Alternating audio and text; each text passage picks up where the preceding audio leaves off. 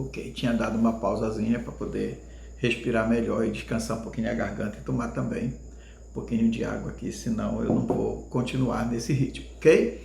Mas como eu vinha falando, né, eu falei do processo de urbanização, dois problemas, a questão do desemprego estrutural, eu estava falando da questão da urbanização desordenada, o crescimento desordenado das cidades, né, que tem sido denominado de inchaço urbano. Quais são os grandes problemas que essas cidades passam a enfrentar com esse inchaço urbano?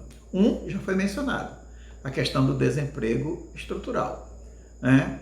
O desemprego, obviamente, ele vai provocar problemas como o aumento da criminalidade, nós vamos ter bairros que começam a haver uma segregação espacial em algumas áreas da cidade, né? Isso tudo com a questão da imigração, né? Vocês sabem que nos últimos anos várias correntes migratórias estão em direção à chamada Europa Ocidental, países que enfrentam guerras civis, como a Síria, outros países da África que têm sérios problemas econômicos, às vezes até a questão da seca, então faz com que grande parte dessa população migre, saia dos seus países de origem. Obviamente eles vão buscar aqueles países onde eles acham que eles podem ter uma situação de vida econômica e social melhor, então eles migram para a Europa. Então países como a Itália, a França, a Inglaterra, a Alemanha, que são países desenvolvidos, têm recebido um grande número de imigrantes nos últimos anos, e isso daí tem trazido problemas para essas cidades, porque elas têm que ofertar emprego, tem a questão da saúde, tem a questão da educação, a esses imigrantes que chegam, moradia. Então isso tudo acaba trazendo alguns problemas para esses países europeus, ok? Na página de número 22 do livro de vocês, que vocês estão acompanhando aí comigo, nós temos um tópicozinho que trata da urbanização dos países de industrialização antiga, que são os países da Europa Ocidental, que se industrializaram a partir do século XIX, como eu mencionei, segunda Revolução Industrial, tá? E também o Japão, final do século XIX, também os Estados Unidos, mas nós estamos tratando basicamente aqui de Europa, ok? Muito bem. Na página de número 25, vocês têm que acompanhar e seguir o meu ritmo, seguir e ficar olhando para o livro de vocês, tá bom? Na página 25, nós temos aqui algumas questõezinhas importantes para a gente trabalhar também, né? Por exemplo, nós temos aqui uma questão que pergunta assim: quais os fatores que levaram ao envelhecimento da população europeia, né? Então, é uma questão que a gente tem que tratar, tá bom? Muito bem. A população, os países europeus, como vocês sabem, eles têm uma elevada expectativa de vida, né? Nesse contexto agora da pandemia, né, que nós estamos vivendo, provocada pelo coronavírus, vocês devem ter percebido que países como a Itália, a Espanha, a Inglaterra têm um elevado índice de mortalidade decorrente do Covid-19. E vocês percebem, ou quando vocês leem as matérias sobre o assunto, nós percebemos que pessoas com 80 anos, 90 anos, nas estatísticas são vários deles que foram a óbito, né, devido ao coronavírus. Mas vejam que a população europeia, ela é caracterizada por ter uma elevada expectativa de vida, ou seja, o envelhecimento da população. E a questão aqui é por que essa população envelheceu tanto ao longo das últimas décadas? Qual seria a resposta a essa questão?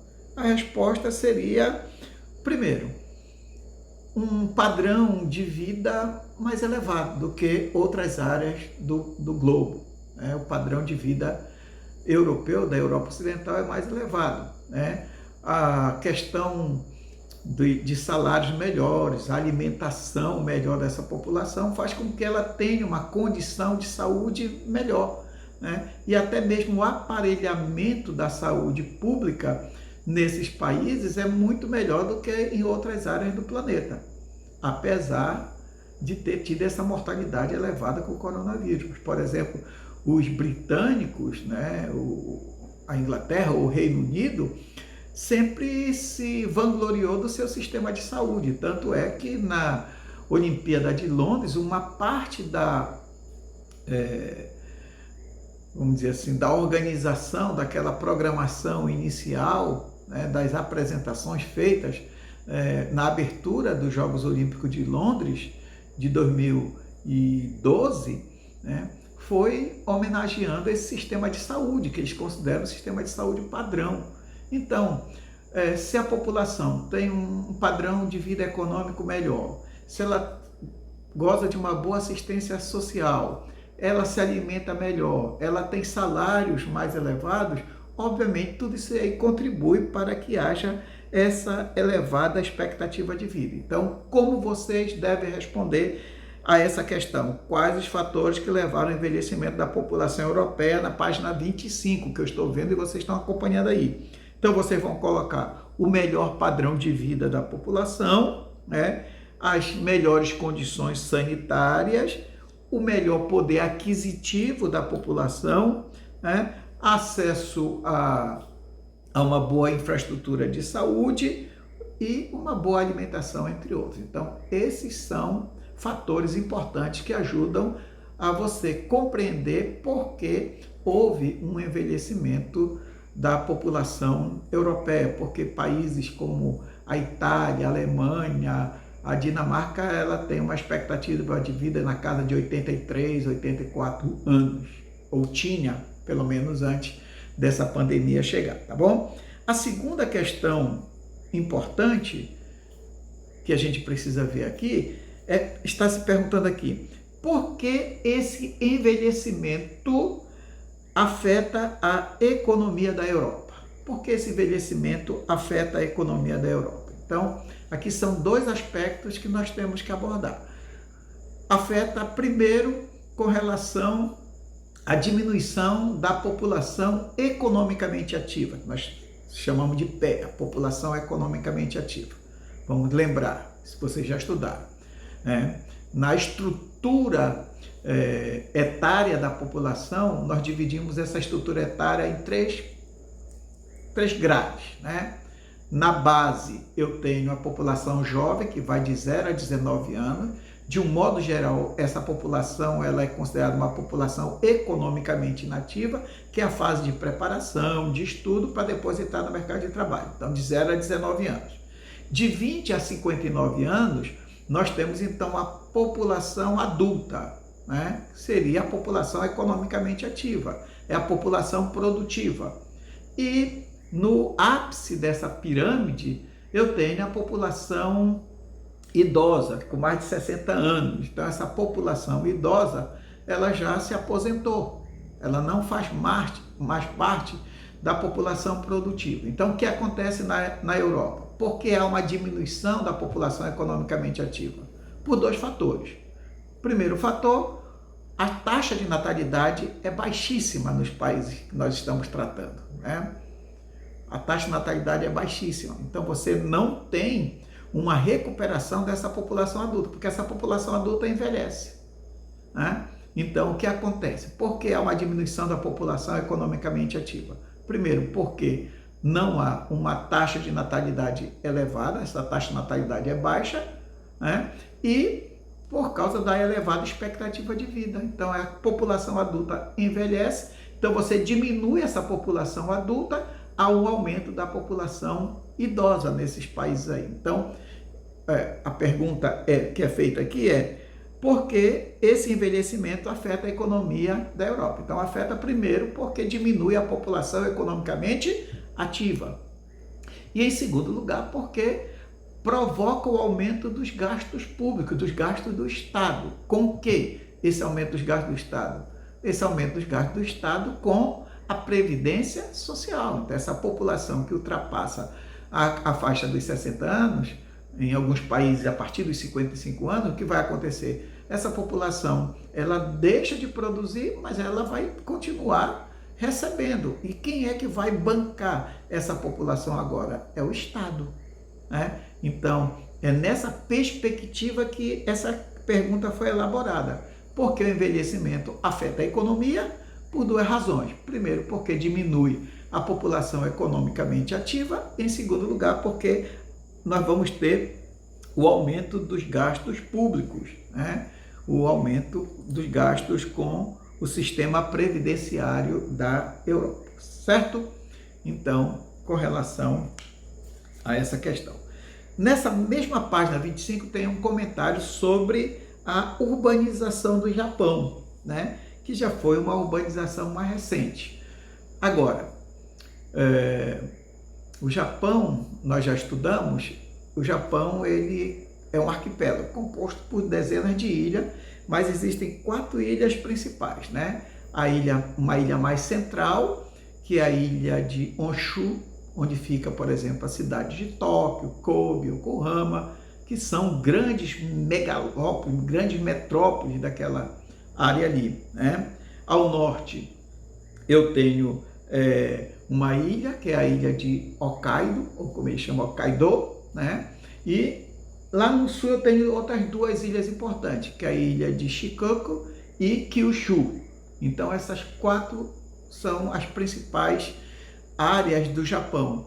E principalmente nessa área de Honshu, onde você tem uma distribuição industrial maior, são as áreas mais industrializadas. Tóquio, por exemplo, é uma área de grande industrialização. Então o que acontece? Nessas áreas mais industrializadas, nós vamos ter o quê? Um processo de urbanização mais intenso e aqueles problemas que eu mencionei também bem intensos. Muito embora, sempre lembrando que países como o Japão são países que estão a 100 por hora ou 150 por hora com relação à infraestrutura. Então, eles têm toda uma infraestrutura que permite, mesmo tendo um processo de urbanização intenso, esse processo de urbanização ele não traga tantos prejuízos quanto o processo de urbanização dos países subdesenvolvidos ou nos chamados países emergentes, ok? Então, nós temos aí, na página de número 25, um comentáriozinho sobre a urbanização no Japão, certo? Muito bem. Passando algumas páginas, temos alguns comentários aqui, então nós vamos chegar até os chamados países de urbanização mais recente, ou a urbanização dos países de industrialização mais recente. Como é que nós chamamos esses países de industrialização mais recente? Nós chamamos de países emergentes. Geralmente são os países que se industrializaram a partir da metade do século passado, do século XX, né? O caso do Brasil, né? Mas nós não estamos tratando de Brasil, estamos tratando de Eurásia. E aqui nós vamos ter, nesse contexto de urbanização ou industrialização mais recente, nós vamos ter principalmente o exemplo da China, né? E o exemplo dos chamados tigres asiáticos, né? Então, vamos começar com o processo de urbanização ou de industrialização da China. A China ela inicia o seu processo de industrialização a partir da metade da década de 80. Né? A China ela teve a sua revolução socialista em 1949, quando o Mao Tse-tung assume o poder na China. Né? A história chinesa pode ser dividida em 3 etapas. Antes do Mao Tse-tung, durante o Mao Tse-tung e depois do Mao Tse-tung. Né? Então, vamos deixar o antes do Mao Tse-tung para lá. Então, o processo de industrialização da China se inicia ainda de uma forma bem incipiente durante o governo do Mao Tse-tung, mas ele se evidencia, ou ele toma um avanço após a morte do Mao Tse-tung, né, quando o Deng Xiaoping ele assume o poder na China. Né? Quando Deng Xiaoping assume o poder na China, A partir daí vai ser criado aquilo que nós chamamos de socialismo de mercado, né? Ou seja, uma mistura do sistema socialista, herdado do período do Mao Tse Tung, com o avanço da economia de mercado, ou seja, com a abertura econômica produzida pelo governo do Deng Xiaoping. O que vai provocar essa mudança? É a questão filosófica, a ideologia, né? Durante o governo Mao Tse Tung, predominou na China aquilo que nós chamamos de dogmatismo ideológico, né? Ou seja, como o país era um país tanto política quanto economicamente socialista, só era válido a implementação de uma medida no país se ela tivesse a ver com a questão ideológica socialista, ou seja, qualquer proposta para o país tinha que partir desse pressuposto, ou seja, a questão se era válido para o sistema socialista, né? Por isso que nós chamamos de dogmatismo ideológico. O que é um dogma? É uma verdade considerada absoluta. Então, para a China, durante Pedro Mao Tse Tung, só era absoluto aquilo que tivesse a ver com o sistema socialista. Então, nós tínhamos um dogmatismo ideológico. A partir do Deng Xiaoping, esse dogmatismo ideológico ele vai ser substituído por um pragmatismo econômico, né? O que é uma coisa pragmática? O que é um pragmático? Pragmático é aquele camaradinha que só pensa no resultado, né? Os resultados é o que vale, é o que é mais importante, né? Então, por exemplo, quando o aluno se matricula na escola e ele faz a pergunta, com quantos pontos passa? E a gente diz assim, passa com 28. Então ele pensa, se eu tirar 7, 7, 7 e 7, eu vou ter 28 pontos, então eu vou passar. Então eu vou estudar para tirar 7. Ele está sendo apenas o quê? Pragmático, né? É o pragmatismo, ou seja, o resultado que importa, né? Então, quando Deng Xiaoping assume, ele vai mudar essa filosofia do Mao Tse Tung, do dogmatismo ideológico, para o pragmatismo econômico, né? Tem uma frase muito conhecida do Deng Xiaoping, quando ele fala assim, não interessa se o gato é preto ou branco, desde que ele apanhe o rato. Ou seja, não interessa a cor do gato. Se ele atingir o seu resultado, que é apanhar o rato, isso que importa, é isso que interessa. Então, o que foi que a China começou a implementar? Ela começou a fazer uma abertura econômica no país para atrair investimentos estrangeiros, né? Criou as chamadas zonas econômicas especiais ao longo do litoral do Oceano Pacífico, né? Essas áreas se difundiram, se desenvolveram rapidamente, se industrializaram rapidamente, se modernizaram, então é a chamada China moderna, né? E manteve uma estrutura política socialista. Então a China continua sendo politicamente socialista. Na China nós temos características de um regime ditatorial. Você tem um único partido político, que é o Partido Comunista Chinês, você tem um governo autoritário, você tem a censura no país, né? Então, essas características são mantidas na China. Então, por isso que nós dizemos que a China adota um socialismo de mercado, ou seja, politicamente, a China mantém uma estrutura política socialista, ou como alguns chamam de comunista, mas economicamente, em algumas áreas da China, isso é importante, em algumas áreas da China se desenvolveu uma economia liberal, uma economia aberta. Não totalmente liberal, não totalmente aberta, porque o Estado ainda tem o controle de alguns setores. Então, por exemplo, se eu tenho capitais e eu quero investir na China, eu quero investir, por exemplo, no setor de calçado, eu quero montar uma indústria de calçados na China, eu posso, o governo permite. Se eu quero montar uma indústria têxtil na China, o governo permite. Mas existem alguns setores, como o setor de energia, como o setor de telecomunicações, que são estratégicos, continuam nas mãos do governo. Não há liberdade, né, com relação a isso daí, tá bom? A outra questão importante é que nem toda a China, ou nem em todo o território chinês, houve a implantação desse pragmatismo econômico, desse socialismo de mercado. Esse socialismo de mercado ele só existe em algumas áreas da China, principalmente em algumas cidades que são chamadas de zonas econômicas especiais, na cidade do litoral. Existe uma grande parte do território chinês, o centro-norte da China, chamada de região do Xinjiang.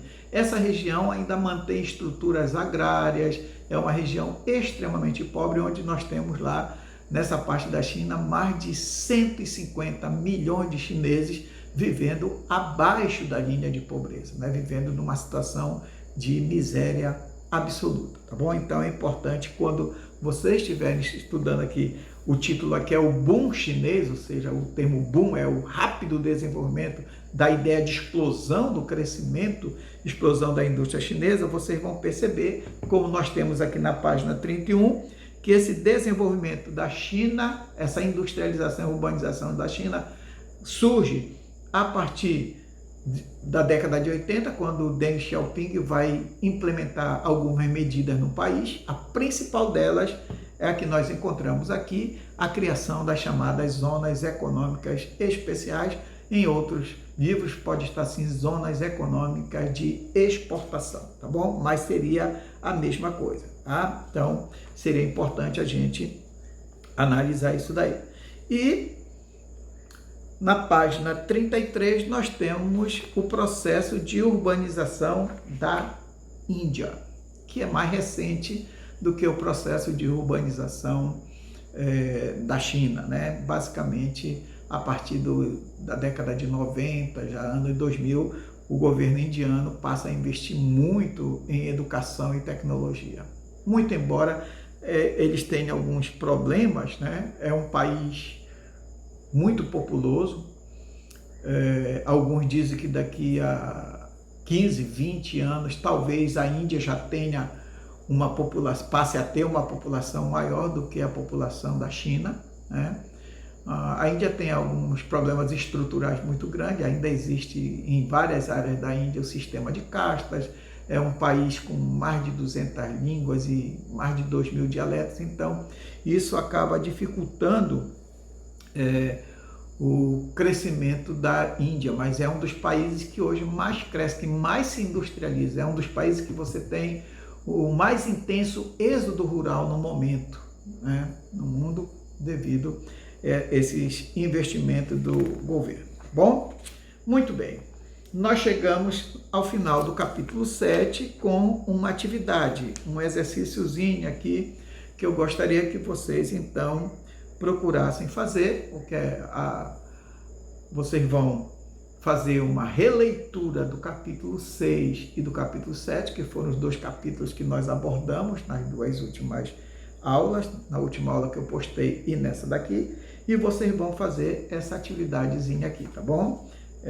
Essa atividade que vai da página 34 e vai até a página 37, porque a partir da página 38 nós já vamos começar o capítulo 8, o capítulo 8, na página 38, que vai tratar agora do campo, a industrialização do campo, o desenvolvimento da agropecuária nesses países, ou como alguns chamam de urbanização do espaço rural. Veja, quando eu falo de urbanização do espaço rural, o termo urbanização aqui está naquele sentido moderno, ou seja, melhoria de infraestrutura do campo, o avanço da agropecuária no campo. Então, vocês vão fazer essa atividade. Como vocês já foram informados, provavelmente, a partir da próxima quarta-feira, dia 10, nós já vamos ter nossas aulas online. Então, nós estamos fazendo um curso, preparação com os professores, ainda temos algumas questões burocráticas para resolvermos, mas se tudo caminhar como nós estamos pensando, a minha próxima aula com vocês já vai ser uma aula online, e nessa aula online eu já quero corrigir essa atividade. Então, qual é a tarefa de vocês? Após assistirem essa aula gravada, pegar o livro de vocês e fazerem essa atividade, ok? Obrigado a todos, nos veremos em breve na forma de aula online, e se der tudo certo, se Deus abençoar, essa pandemia cessar, em breve nós vamos ter nossas aulas presenciais. Que Deus abençoe a todos vocês, ok? Valeu!